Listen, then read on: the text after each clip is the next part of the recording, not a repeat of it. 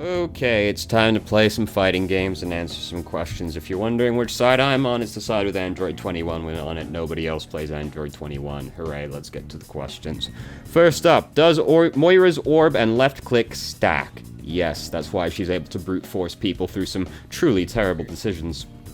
Next up, what is the state of tanks right now? So, I regret to inform you that the Overwatch community is at it again. By which I mean, the community consensus has once again come around to Reinhardt and all of his ilk are completely worthless, and the only ones worth playing right now are Zarya and Roadhog. What is this decision based on? Well, watching high SR players, because that's all they do in high SR right now is play Roadhog and Zarya. Sometimes there's a Hammond. And I'm sorry that I'm going to have to tell you this information. It's going to be very bad for you. It's going to be quite unfortunate, but I assure you that it will hurt me significantly less than it will hurt you. You are probably not high SR. You, statistically speaking, are probably moderate to low SR. So what people in high SR do is almost completely irrelevant to you, because you are playing a completely different game to them. So, okay, yes, Roadhog's very good, true story, but here's the thing. Do you know what people in low SR are really bad at doing? It's positioning. So guess what? Shield tanks in low SRs and moderate SRs, we're talking like bronze to plat probably. You're still gonna wanna have a shield tank, because you cannot trust people to position properly. They don't do it. And you know what helps with that massively? It's a shield tank. This is why, when people have said that characters like Reinhardt are useless, before I have always said, no, that's not true for the vast majority of the player base, because people don't know how to position until very high SRs. So shields will always be good until you get to very high SRs, regardless of the meta. Absolutely regardless. And bearing in mind also, you can still pick fucking anybody before, like, GM, and it's probably fine. Maybe once you get to Masters, you start considering it. Until you get to very high SR, you can pick pretty much anything you want, brother. Don't let what the fucking GM players are doing dictate to you how to play the game, because they are playing an entirely different game. So, that was very rambling, but the point is, don't listen to high SR players if you're not a high SR player, alright? Or don't try and copy them blindly, would be a better way to put it, because you're playing a different game to them. So the state of tanks is, yeah, Roadhog's really good. It's highly recommended you have a Roadhog on your team right now. As stated previously, you're still gonna want a shield if you're not in high SR. They've nerfed Orisa and Toes, so at this point I think Reinhardt's probably your best bet, but I think you can still get away with playing Orisa just fine, but don't play Toes as a main tank, you're just gonna be upset about it. It's not to be for Toes, unfortunately. But yeah, that's pretty much how it goes right now. You know, if you're really confident in your teammates, by all means pick Roadhog Zarya. But if you're not in high SR, just be ready to change to a shield tank anyway, because your teammates are probably pretty bad. They're going to be bad at walking through doorways. They're not going to be using walls, which are, of course, the ultimate shields, because they have infinite health, and the Reinhardt can never betray you. So, if it's a wall, because the wall, valiant as ever, will always stand there, will always block for you, will never take the shield down. Wall Chan is truly the best player you can have on your team. You always know exactly what Wall Chan is going to do, unlike Reinhardt. So yeah, that's pretty much how it is right now. Roadhog's really good, yeah. Turns out, when Roadhog can reliably kill people by himself again, he's really good. People are upset about that one. Slight tangent. People are upset about Roadhog right now, basically because he's really good at killing tanks rather than just squishies because they buff scrap guns damage. Here is my big brain strat on how to change Roadhog so that he would be more balanced than he is currently. Nerf scrap gun and buff hook damage. If you do that, he can reliably kill a squishy player assuming they hooked them. He hooked them combined with scrap gun's damage. If you put the damage on scrap gun, he doesn't need to hook people to reliably kill them anymore, which will always make him disproportionately better at killing big targets, because they're easier to hit with a lot of pellets.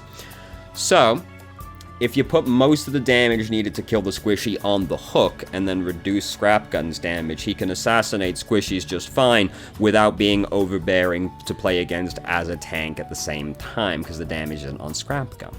There you go. I've saved Overwatch, you're welcome. So, next up.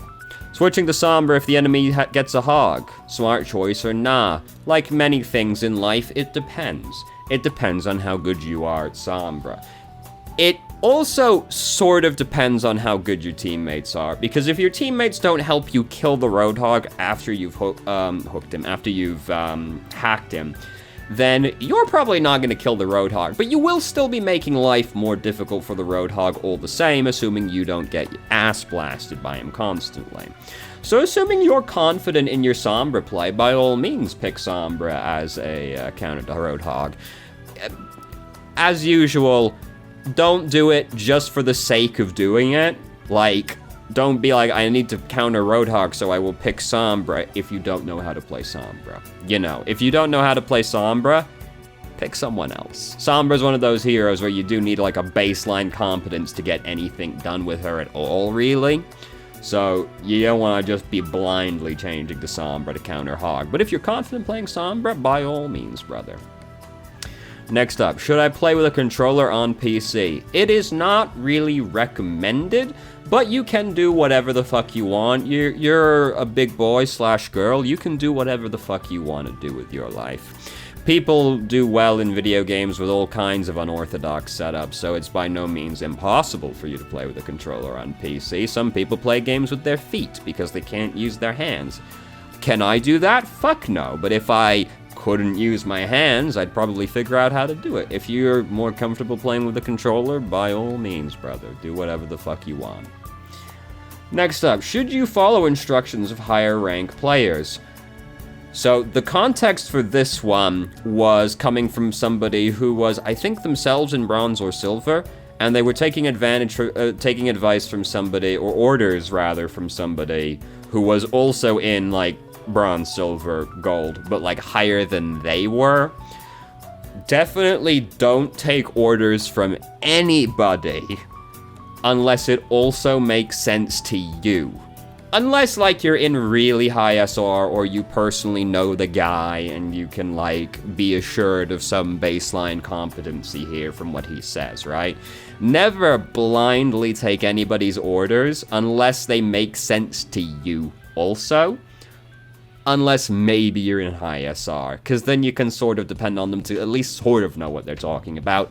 But even then, never blindly follow somebody else's orders.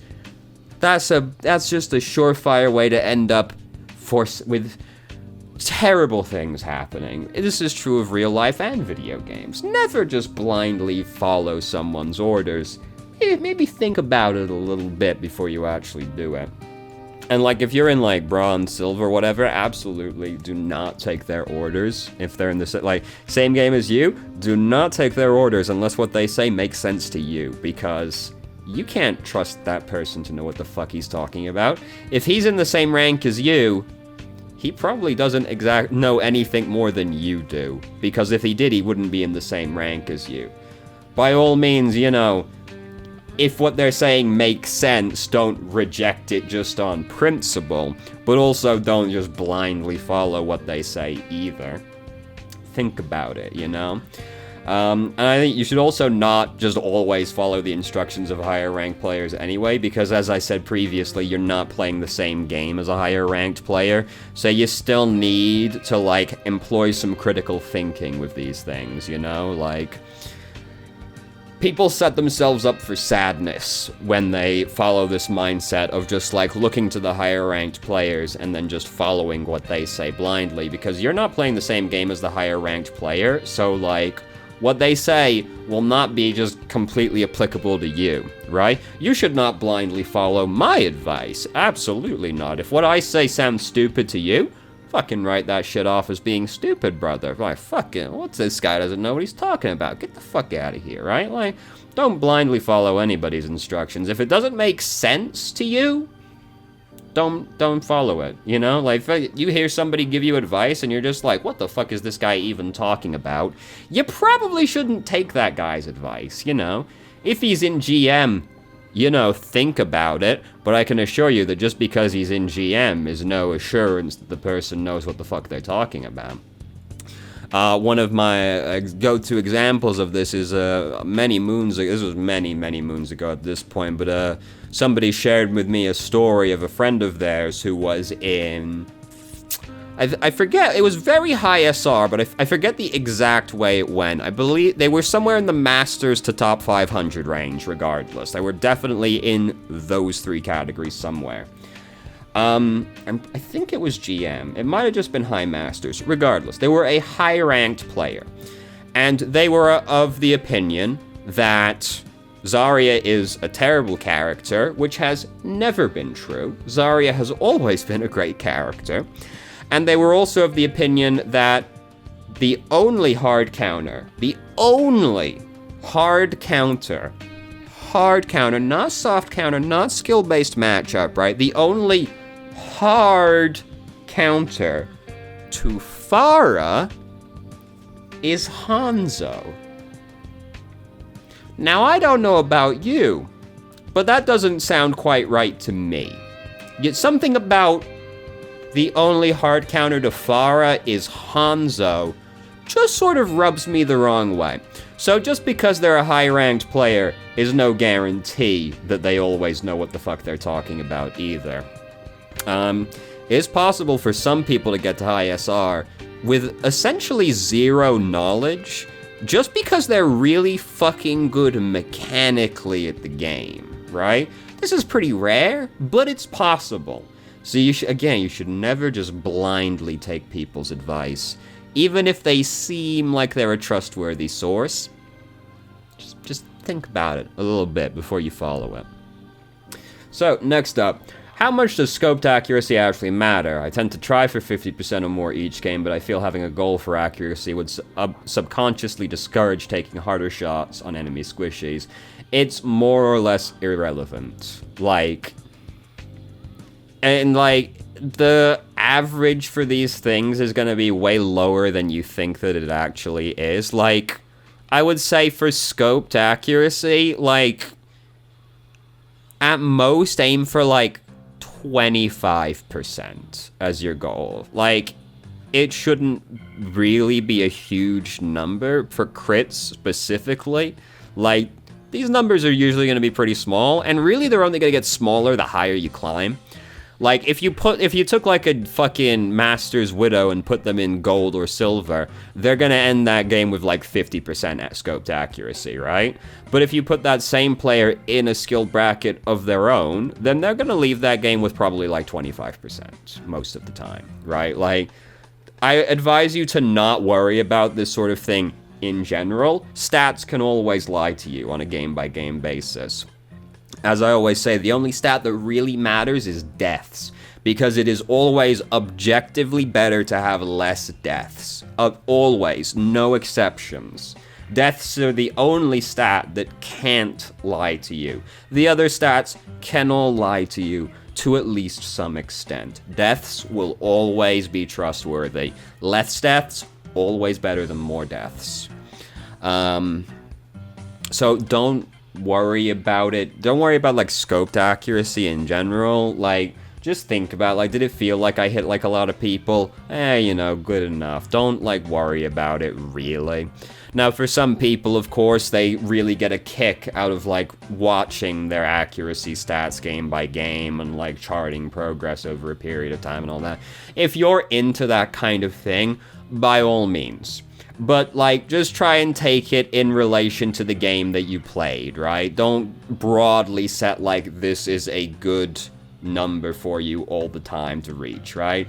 Some games it's just not feasible to reach these numbers for a variety of different reasons. Your team comp, their team comp, the time of day you're playing, the people you're playing against, the people you're playing with, you know, all sorts of things affect, like, what a good accuracy would be for that game. So, like, take it by a game basis. Don't just set, like, a solid number for you every game, like, this is a good number.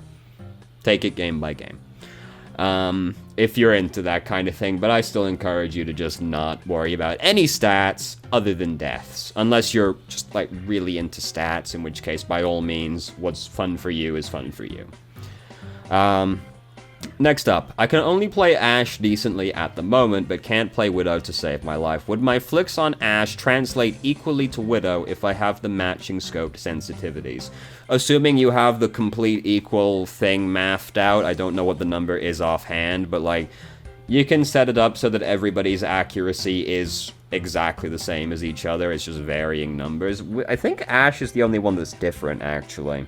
I think everybody else you can have, whatever. I'm not going to talk about the numbers, but assuming that you have the sensitivity set equally across all of them, so they translate properly, yeah, 100%, they translate 1-to-1. And then next up, and this is the last question for this week. How long have we been here? I feel like we haven't been here that long. 17 minutes? Oh, Jesus Christ, we are, like, just chugging ahead today, aren't we? Fucking hell. It's alright, maybe we can really drag this one out, because Lord knows I'm not concise, usually anyway. I notice I am terrible at games like Valorant, and despite working on my aim, still lose in 1v1s to people with little to no FPS experience. Also tend to let people walk past my crosshairs on Widow without reacting. I'm starting to think that I just have naturally poor FPS aim reaction speed. Is this something I can work on? So, more than reaction speed, I would say it's probably more like you're just not recognizing something as a target quickly enough. Which might sound like reaction speed, but it's not actually. It's more just like picking things out. So here's the thing with, like, video games in general, right? I always talk about this in relation to fighting games specifically, but this is, like, true of all video games. Reaction speed is not as important as you think it is. Now, if you have extremely good reaction time, this can only be a benefit to you, but it is not as important as you might think it is. I always talk about this in relation to fighting games, because fighting games are, like, the one thing people always hold up as, like, you need good reactions to play fighting games well. If you're, like, over 25 years old, it's just not for you, brother. You're just gonna be too fucking slow for the video game. No. Reactions are helpful, but not necessary, because you can supplement that. You can supplement reactions with prediction and expectation, right? A second ago, I got that guy with that down heavy because he tried to grab me. And you might be tricked into thinking I reacted to him grabbing me. No, I was just expecting him to do something like either that or an overhead, both of which would lose to down heavy because he had done all the other mix-ups that you usually see. So the logical conclusion is now he'll do an overhead or some kind of grab. This will beat both of those options. I didn't react to it, though you might think I did if you were watching it and you know what's going on the screen. Believe me, I'm going to play Grand Blue again. I just didn't get enough games reported to actually do anything with, because I feel like Grand Blue is probably easier to follow, broadly speaking, than Fighterz is.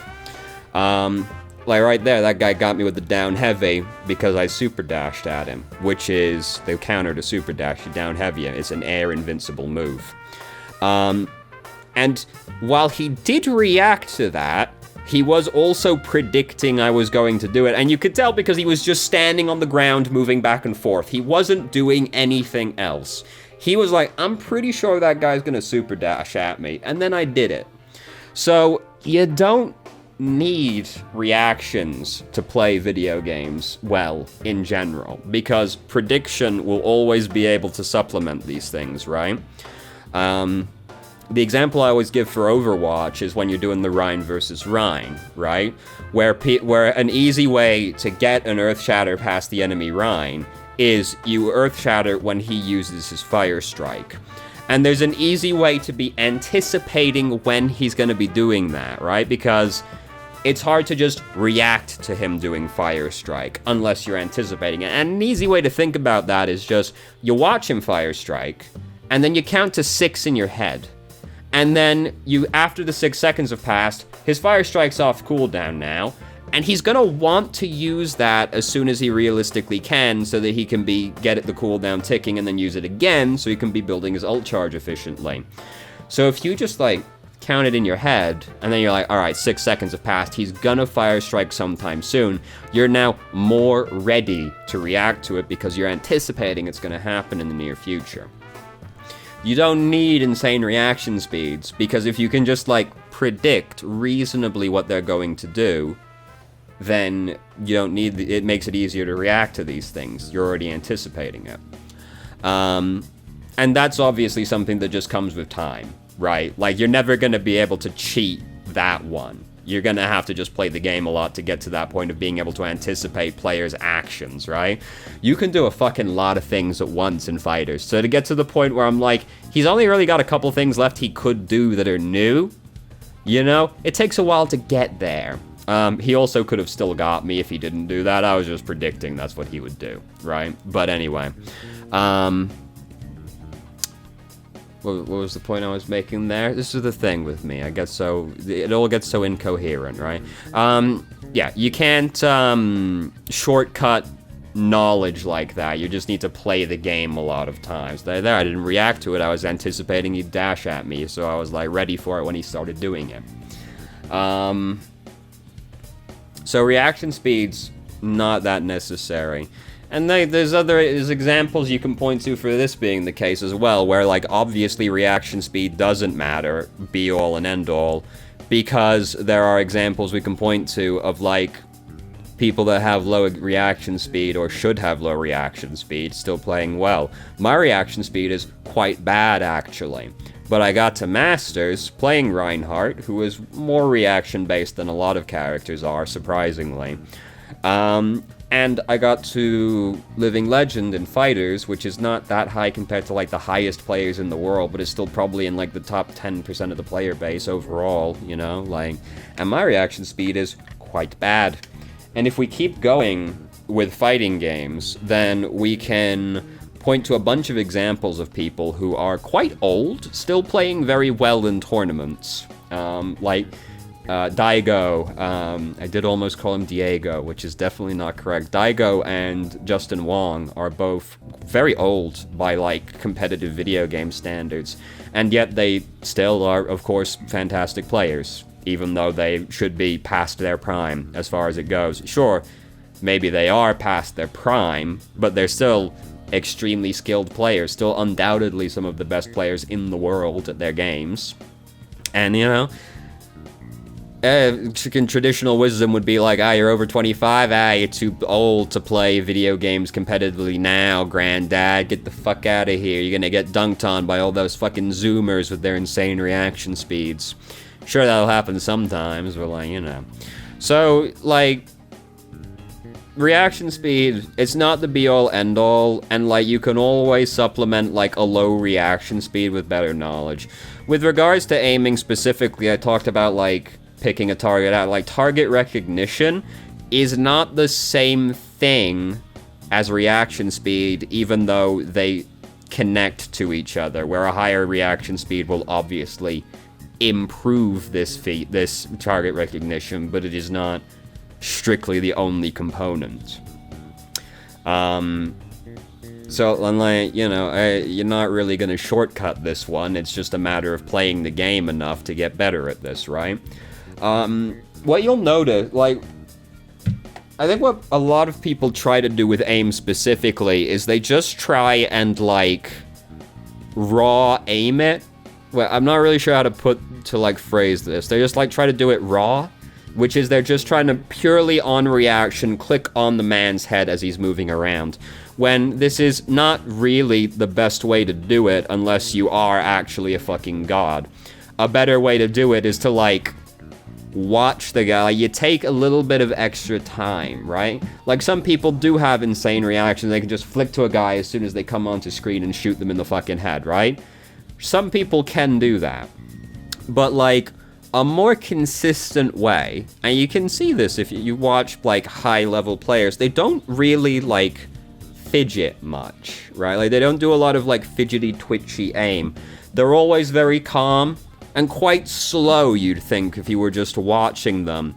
But, like, if you take an extra few seconds, well, if you take, like, an extra second or two, right, to line up, if you talk about few, like, oh, fuck, he's on the other side of the fucking street, you know, it's probably a little too long.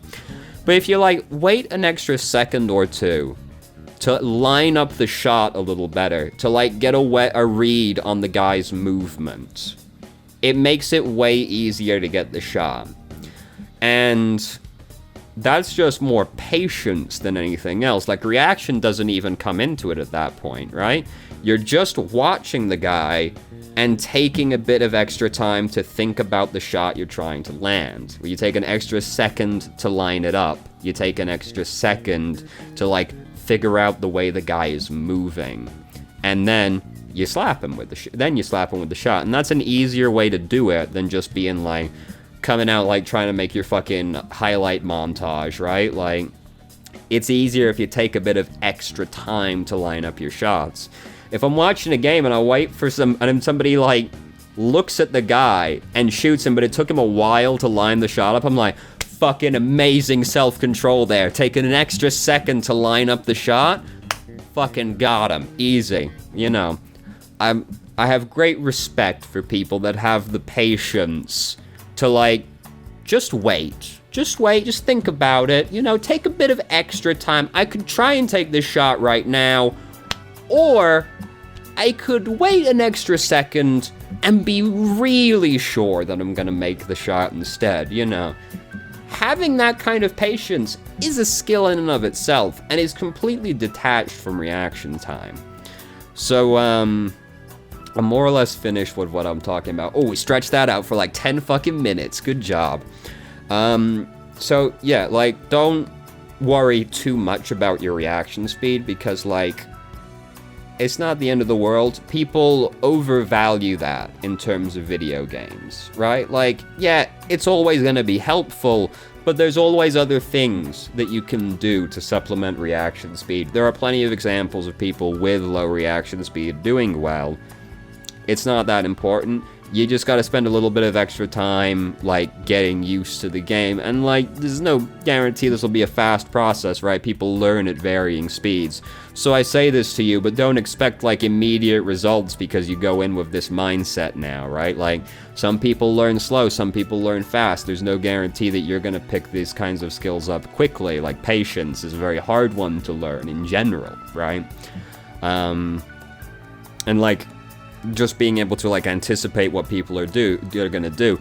This is something that will take you a long time, generally speaking. It will vary from person to person, but this is still gonna be something that takes a long time, regardless of how fast you learn, because you need to get used to, not just how the game is, but how different players play the game as well, right? Because you'll notice different tendencies in the ways that people move and act based on the character that they pick, because they have certain characters will attract people of certain dispositions, and they will play the game differently to each other, right? Like, somebody who plays Genji is going to play the game, like, if somebody, like, oh, for like 800 hours on Genji compared to, like, 50 on the other heroes, right? That guy is going to play the game really differently to somebody that plays, like, Soldier compared to everybody else, or Soldier compared to everybody else, right? Like, certain players, certain characters have certain dispositions and certain play styles, and you need to get used to that as well, and how some characters have varying play styles. There's all kinds of things that you need to learn and get used to before you can really start, like, predicting and anticipating people with a high degree of accuracy. So don't expect that to be a fast process. it's something that you're going to learn over a long period of time, and you can only get better at it. You can't get worse at it, if that's any comfort, right? You can only improve at this skill, but it might be a very slow process, depending on you, and, like, it's just going to take a while in general. But some people learn fast, some people learn slow. So there you go. So thank you very much for watching. If you did, if you have any questions, feel free to ask. More than happy to answer. If you have a question that you would like answered on the show, post a comment, join the Discord, send an email, whatever, smoke signals, whatever the fuck you want to use, brother. Go for it. I've started streaming on Twitch Thursday, Saturday, Sunday, 8 p.m. EST to 11 EST. There's a link to the channel in the description. And if you managed to make it all the way through the video and somehow still enjoyed it, please like the video and subscribe for more content of middling quality in the future. And I hope you found the video helpful.